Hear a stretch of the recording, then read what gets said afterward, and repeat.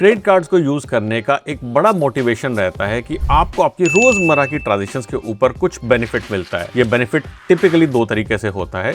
या तो आपके पास एक कैशबैक क्रेडिट कार्ड होगा जो कि आपकी रोजमर्रा की ट्रांजैक्शंस के ऊपर मंथ एंड में या स्टेटमेंट जनरेट होने के कुछ ही दिन के अंदर कैशबैक आपके अकाउंट स्टेटमेंट में क्रेडिट कर देता है, या आपको इन ट्रांजैक्शंस के ऊपर रिवॉर्ड पॉइंट्स या माइल्स मिलते हैं और उन रिवॉर्ड पॉइंट्स और माइल्स के अगेंस्ट में, जैसा कि आप यूट्यूब की शॉर्ट्स या फिर इंस्टाग्राम की रील्स पे देखते हैं, बढ़िया 5 स्टार होटल, इंटरनेशनल ट्रिप्स या फिर इनफैक्ट बिजनेस क्लास की एयर टिकट्स भी बुक करा सकते हैं। लेकिन ये प्रोसेस लगता बहुत सिंपल है, मगर लोगों को मालूम नहीं है कि स्टार्ट कहां से करना है। और आज के वीडियो में आपको एज अ बिगिनर ये बताऊंगा कि स्टेप 1 क्या रहेगा आपका इन फ्लाइट्स या फिर होटल्स को बुक करने का, और आप कैसे कैसे ये पॉइंट्स एंड माइल्स गेम्स को समझ सकते हैं। मेरा नाम है अमित, आप देख रहे हैं पैसा मैटर्स। चलिए एक और इन्फॉर्मेटिव वीडियो शुरू करते हैं। पॉइंट्स एंड माइल्स का स्टेप नंबर 1 रहता है ये डिसाइड करना कि आप कब और कहां पे घूमने जा रहे हैं, क्योंकि उसी के अकॉर्डिंगली आपको कितने रिवॉर्ड पॉइंट्स या माइल्स आपको चाहिए होंगे ये डिसाइड होगा। आज के वीडियो में मैं एग्जांपल लूंगा कि अगर मैं दिल्ली से वियतनाम की फ्लाइट टिकट बुक करा रहा हूं तो मुझे यहां पे कौन कौन सी ऑप्शंस मेरे पास अवेलेबल रहेंगी। मैं सिर्फ फ्लाइट टिकट्स की आज बात करने वाला हूं, और उसके अंदर अगर मैं इकोनॉमी बुक करवा रहा हूं या मैं बिजनेस क्लास बुक करा रहा हूं तो मेरे को कितने रिवॉर्ड पॉइंट्स की रिक्वायरमेंट रहेगी, और क्या मुझे हर केस के अंदर रिवॉर्ड पॉइंट्स या माइल्स यूज करना बेनिफिशियल रहेगा, या किसी केस के अंदर क्रेडिट कार्ड स्वाइप करके टिकट बुक कराना ज्यादा बेनिफिशियल हो सकता है। तो मैंने दिल्ली से लेके हनोई वियतनाम में एक बड़ा सिटी है, जब फ्लाइट ऑप्शन सर्च करी, और इसे आप किसी भी एग्रीगेटर के थ्रू सर्च कर सकते हैं, चाहे मेक माई ट्रिप, ईज माई ट्रिप या फिर गूगल फ्लाइट्स एटसेट्रा, कहीं से भी देख सकते हैं। तो मेरे पास यहाँ पे 3 ऑप्शंस निकल के आई। पहली ऑप्शन थी मेरे पास वियतजेट एयर की, सेकंड थी वियतनाम एयरलाइंस की, और थर्ड थी इंडिगो की। अब एक इंपॉर्टेंट चीज यहाँ पे है कि हम चाहते हैं कि हमारा ट्रिप आइडली काफी मेमोरेबल हो, लेकिन अगर आप पॉकेट पे टाइट है तो आपकी सोच या फिर अप्रोच थोड़ी सी डिफरेंट होगी।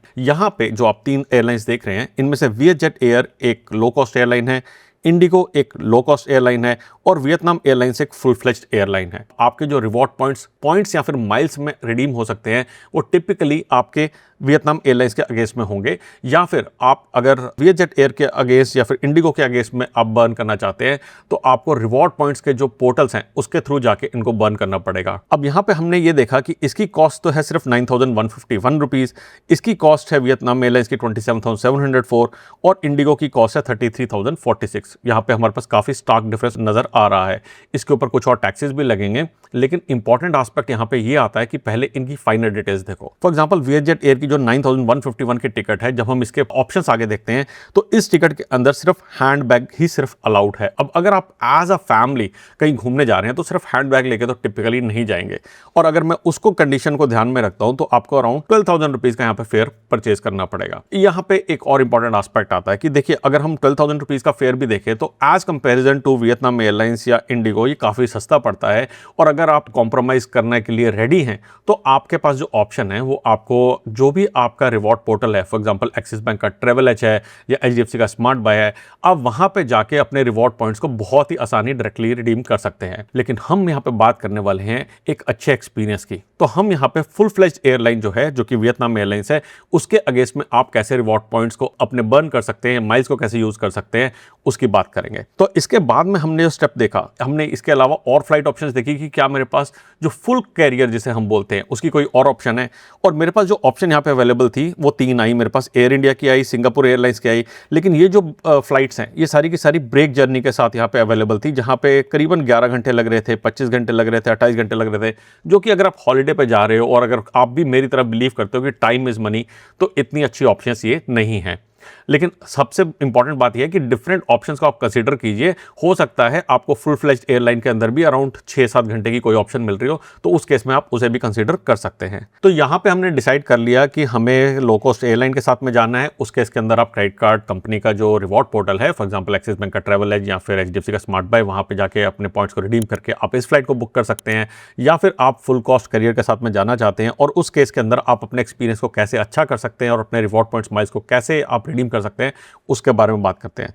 अब जब हमने डिसाइड कर लिया कि वियतनाम एयरलाइंस हमारे पास ऑप्शन है, तो इसके अंदर मैं इनकी साइट पे गया और वहाँ देखा कि मेरे पास क्या प्राइसेस अवेलेबल आ रहे हैं, ताकि मैं देख सकूँ कि मिनिमम प्राइस क्या है जिसके अगेंस्ट में मुझे ऑप्टिमाइज करना है।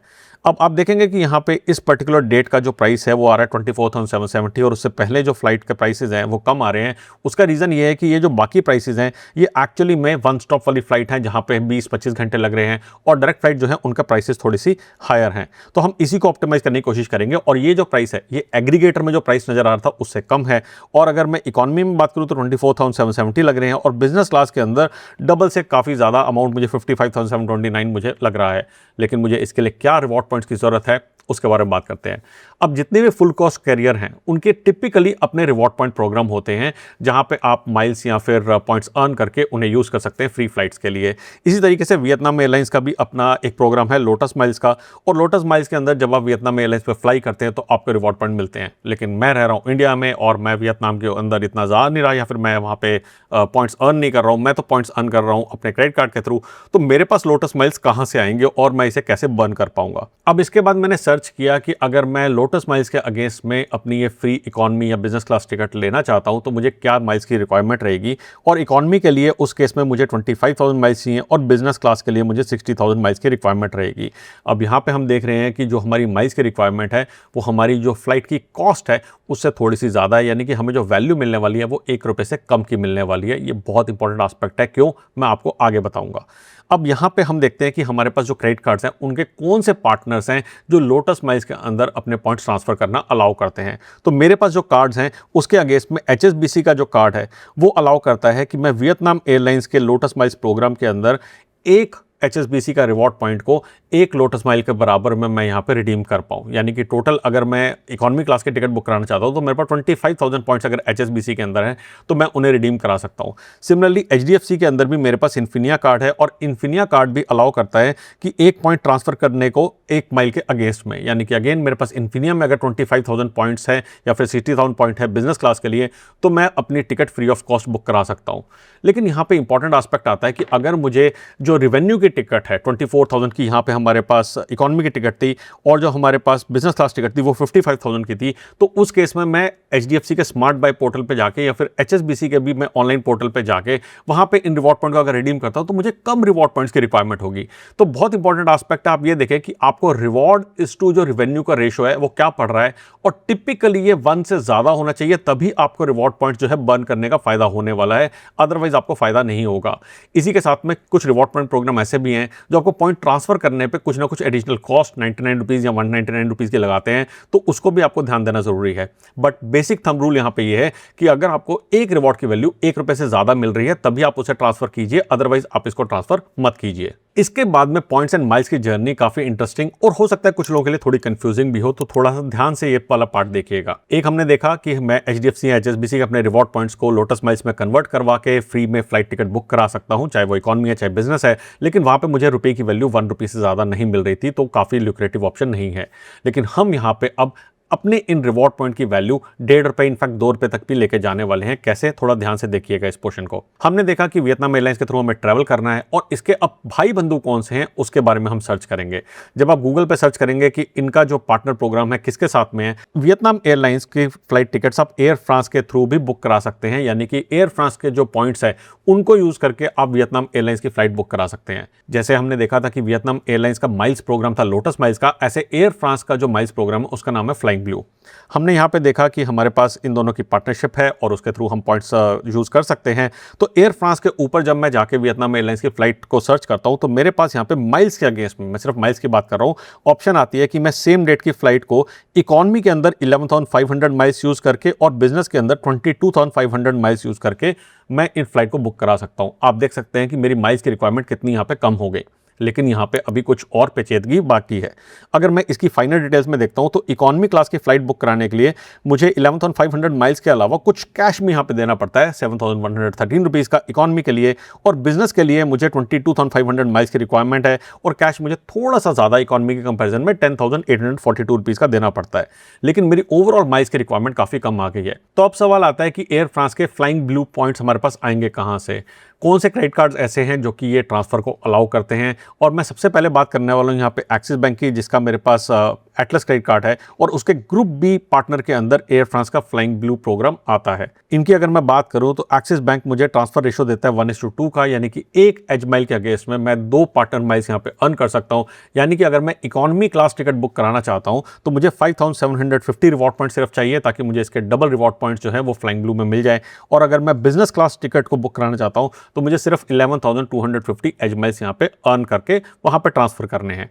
नेक्स्ट अगर मैं HDFC की बात करूं तो मेरे पास इन्फिनिया क्रेडिट कार्ड है और यहां पे मुझे 1 point equal to 1 flying blue point मुझे मिलता है। यानी कि अगर मेरे पास इन्फिनिया के अंदर 11,500 पॉइंट्स है तो मैं इन्हें ट्रांसफर करके इकोनॉमी क्लास की टिकट बुक करा सकता हूं और 22,500 पॉइंट्स के अगेंस्ट में मैं इनको ट्रांसफर करके एक बिजनेस क्लास टिकट बुक करा सकता हूं। HSBC की बात करूं तो इनके भी रेशो 1:1 की है, तो सिमिलर मुझे रिवॉर्ड पॉइंट चाहिए HSBC के अंदर। और अगर मैं लास्ट अमेरिकन एक्सप्रेस की बात करूं तो यहां पे बहुत ही इंटरेस्टिंग एस्पेक्ट आता है जिसे थोड़ा ध्यान से समझिएगा। अगर मैं अमेरिकन एक्सप्रेस के फ्लाइट पार्टनर की बात करूं तो यहां पे मेरे पास ना लोटस माइल्स है ना मेरे पास यहां पे फ्लाइंग ब्लू है, तो मैं अपने पॉइंट्स को यहां पे कैसे ट्रांसफर करूंगा। ये कॉम्प्लेक्सिटी जो है यही पॉइंट्स एंड माइल्स गेम को थोड़ा इंटरेस्टिंग बनाती है, तो इसे ध्यान से समझिएगा। अमेरिकन एक्सप्रेस के फ्लाइट पार्टनर के अंदर कोई भी ऐसा पार्टनर नहीं है जहां से मैं डायरेक्टली अपने पॉइंट्स को फ्लाइंग ब्लू में ट्रांसफर कर सकूं, लेकिन अमेरिकन एक्सप्रेस के जो होटल पार्टनर है उनमें मैरियट का नाम आता है और मैरियट के अंदर आपको 1:1 का रेशो मिलता है। यानी कि अगर आपके पास 100 अमेरिकन एक्सप्रेस के पॉइंट्स हैं तो आपको 100 मैरियट के पॉइंट्स मिलेंगे और मैरियट के थ्रू भी आप अपने ट्रांसफर कर सकते हैं पॉइंट्स को काफी सारी एयरलाइंस के अंदर। और यहां पे फ्लाइंग ब्लू भी इनका एक पार्टनर है जो कि 3:1 की रेशो में आपको रिवॉर्ड पॉइंट जो है ट्रांसफर करना अलाउ करता है। यानी कि अगर आपके पास 3 मैरियट के रिवॉर्ड पॉइंट है तो उसके अगेंस्ट में आपको 1 फ्लाइंग ब्लू का पॉइंट मिलने वाला है। इसका मतलब ये हुआ कि अगर आपके पास 3 अमेरिकन एक्सप्रेस पॉइंट है, इनको आपने ट्रांसफर किया, आपको मिले 3 मैरियट के पॉइंट और उसके अगेंस्ट में आपको मिलेंगे 1 फ्लाइंग ब्लू का पॉइंट। कॉम्प्लेक्स है ना। इसी तरीके से ये जो पॉइंट्स एंड माइल की गेम्स है ये खेली जाती है, लेकिन मैरियट यहां पे एक और कॉम्प्लेक्सिटी डाल रहा है। मैरियट यहां पे कहता है कि अगर आप 60,000 पॉइंट्स को जो है ट्रांसफर कर रहे हैं तो हम आपको 5,000 माइल्स यहां पे एक्स्ट्रा देने वाले हैं। यानी कि आपको एक्चुअली में टोटल पॉइंट्स जो ट्रांसफर करने हैं उसकी कैलकुलेशन पहले से करनी पड़ेगी, बिकॉज यहां पे आपको मैरियट कुछ बोनस पॉइंट्स भी देने वाला है। तो ये तो हमारे पास एक एस्पेक्ट रहा कि अगर मैं एयर फ्रांस के थ्रू वियतनाम एयरलाइंस की फ्लाइट्स को बुक कराना चाहता हूं तो मुझे कितने रिवॉर्ड पॉइंट की जरूरत है और उन रिवॉर्ड पॉइंट्स को मैं कहां से लेके आता हूं। लेकिन हमारे पास कोई और भी ट्रैवल पार्टनर अवेलेबल हो सकते हैं, जैसे सेकंड हमारे पास ट्रैवल पार्टनर अवेलेबल है यहाँ पे वर्जिन अटलांटिक, उसके थ्रू भी आप पॉइंट्स रिडीम करा के वियतनाम एयरलाइंस की जो फ्लाइट है उसे बुक करा सकते हैं।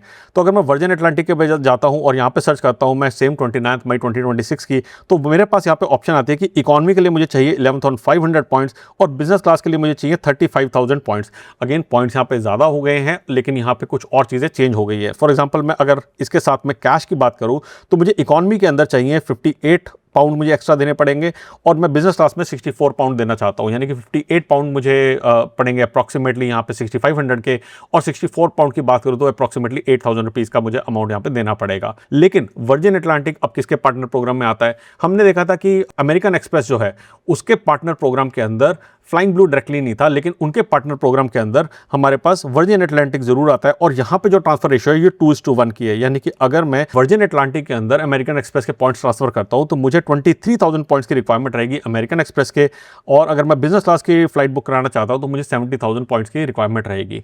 तो आप देखेंगे कि यहाँ पे इस केस के अंदर मुझे अमेरिकन एक्सप्रेस के रिलेटिवली कम पॉइंट्स की रिक्वायरमेंट है सेम फ्लाइट टिकट बुक कराने के लिए। तो अब समरी में देखते हैं कि कब मुझे अपने रिवॉर्ड पॉइंट्स को रिडीम करना है, कब मुझे सबसे ज्यादा उसकी वैल्यू मिल रही है और कहां पे ये सेंस बनता है कि मैं रिवॉर्ड पॉइंट्स को या फिर माइल्स को जो है रिडीम करके अपनी फ्लाइट टिकट्स को बुक कराऊं। सबसे पहले हमने ऑप्शन देखी थी वियतनाम एयरलाइंस के ऊपर, जहां पे रेवेन्यू के ऊपर मुझे 24,770 और बिजनेस के ऊपर 55,729 की टिकट मिल रही थी। ये हमारे पास डायरेक्ट रिडम्पशन के ऊपर अवेलेबल है ऑप्शन। और अगर मैं पॉइंट्स की बात करूं तो 25,000 और 60,000 लोटस माइल्स की मुझे यहाँ पे रिक्वायरमेंट थी, जिसको मैं ट्रांसफर कर सकता था HDFC या फिर HSBC के अंदर। और यहाँ पे अगर मैं पॉइंट्स ट्रांसफर करता हूं तो इतने ही पॉइंट्स की मुझे रिक्वायरमेंट है कि बिकॉज 1:1 का ट्रांसफर रेशियो था। और अगर मैं यहाँ पे रुपी टर्म के अंदर बात करूं कि एक पॉइंट की वैल्यू क्या निकल के आ रही है, तो मेरे पास यहाँ पे 99 पैसा की आ रही है वैल्यू इकोनॉमी में और बिजनेस में आ रही है 93 पैसा की, जो कि बिल्कुल भी ल्यूक्रेटिव नहीं है। तो ये वाला ऑप्शन तो हमें बिल्कुल भी नहीं लेना है। सेकंड बात करते हैं हम यहाँ पे एयर फ्रांस से। एयर फ्रांस से अगर मैं फ्लाइट टिकट बुक कराना चाह रहा हूं तो मुझे रिक्वायरमेंट थी 11,500 पॉइंट्स की, लेकिन साथ में मुझे 7,113 रुपीज भी चाहिए थे। और अगर मैं बिजनेस क्लास की बात करूं तो मुझे 22,500 पॉइंट्स यहाँ पे रिडीम कराने थे और साथ में मुझे 10,800 ₹142 भी पे करने हैं, इसको भी इंपॉर्टेंट एस्पेक्ट है, ध्यान रखिएगा। अगर मैं एटलस के थ्रू पॉइंट्स की रिक्वायरमेंट की बात करूँ तो 5750 पॉइंट्स मुझे चाहिए और बिजनेस क्लास में 11250 पॉइंट्स चाहिए।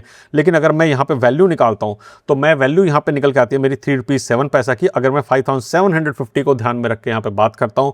और अगर मैं बिजनेस क्लास में बात करूँ तो अप्रॉक्सीमेटली ₹4 की वैल्यू निकल के आती है।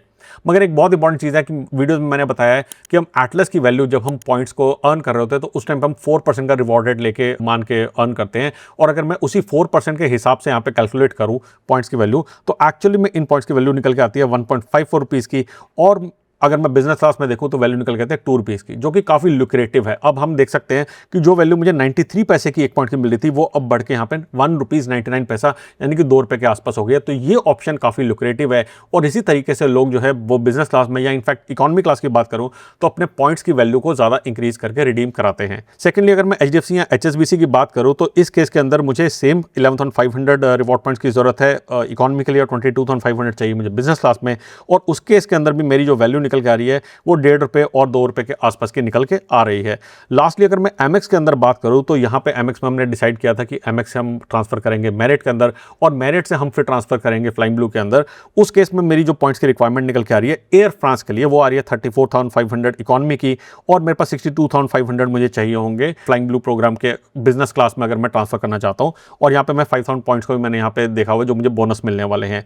उस केस में वैल्यू मेरी जो निकल के आ रही है वो सिर्फ 51 पैसे की एक अमेरिकन एक्सप्रेस पॉइंट की वैल्यू निकल के आ रही है और बिजनेस क्लास में 72 पैसे आ रही है, जो कि बहुत ही बेकार है। तो मुझे ये वाला ऑप्शन नहीं लेना है। लास्टली, वर्जिन अटलांटिक वाली अगर हम बात करें तो उस केस में जो मुझे जो पॉइंट चाहिए इकोनॉमी के लिए वो चाहिए 11,500 की रिक्वायरमेंट थी और मुझे जो अमेरिकन एक्सप्रेस से ट्रांसफर करने पड़ेंगे वो 23,000 करने पड़ेंगे बिकॉज 2:1 की रेशो थी।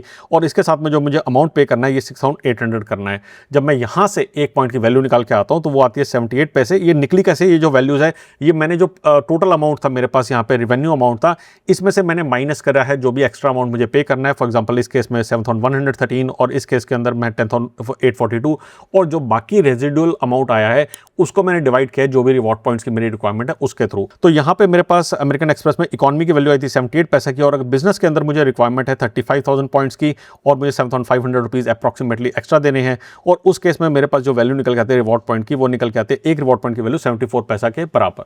यहाँ से हमें पता लगता है कि सबसे लुक्रेटिव ऑप्शन रहेगा कि अगर मैं एयर फ्रांस के थ्रू मैं बिजनेस क्लास बुक कराता हूँ तो मुझे ₹2 की वैल्यू मिल रही है एक पॉइंट की, चाहे वो मैं एटलस के थ्रू कराऊँ, HDFC कराऊँ, HSBC कराऊँ या आपके पास अगर कोई और रिवॉर्ड पॉइंट प्रोग्राम है जो आपको इस तरीके की वैल्यू दे रहा है वहाँ से आप ट्रांसफर करा के इसको यूज़ कर सकते हैं। और अगर आप इकोनॉमी कराना चाहते हैं, फॉर एग्जाम्पल अगर मैं फैमिली ऑफ 4 जा रहा हूँ तो मुझे काफ़ी सारे रिवॉर्ड पॉइंट चाहिए होंगे बिजनेस क्लास के लिए और उन रिवॉर्ड पॉइंट से काफ़ी कम में मैं इकोनॉमी में ट्रांसफर कर सकता हूँ। तो मैं हो सकता है कि यहाँ पे 1.5 वैल्यू से ही जो 1.5 रुपीज़ की वैल्यू आ रही है एक पॉइंट की उससे हैप्पी हूँ क्योंकि मैं 4 लोगों को ले जा पाऊंगा अपने रिवॉर्ड पॉइंट्स के अंदर। उस केस के अंदर भी वैल्यू मुझे ₹1 से ज़्यादा मिल रही है और मैं अपने पॉइंट्स को यहाँ पे मैक्सिमम करके यूज़ कर पाऊंगा।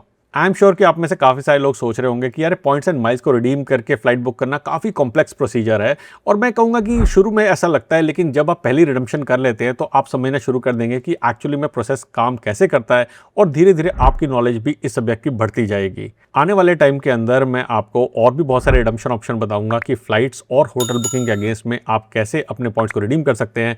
एंड बिलीव मी, जब आप इसको करना स्टार्ट कर देंगे तो आपके और आपकी फैमिली के लिए फ्री के फ्लाइट्स और होटल रिडम्पशंस बहुत अमेजिंग और बहुत मेमोरेबल रहने वाले हैं। अगर आप किसी पर्टिकुलर जगह के लिए रिडम्पशन ऑप्शन देखना चाहते हैं तो मुझे कमेंट सेक्शन में बताएं और अगर आपको ये वीडियो पसंद आया है तो लाइक, शेयर और मेरे चैनल को सब्सक्राइब करना ना भूलिएगा। जल्दी आएंगे एक और इन्फॉर्मेटिव वीडियो के साथ, तब तक के लिए बचाते रहे, कमाते रहे, बिकॉज एवरी पैसा मैटर्स।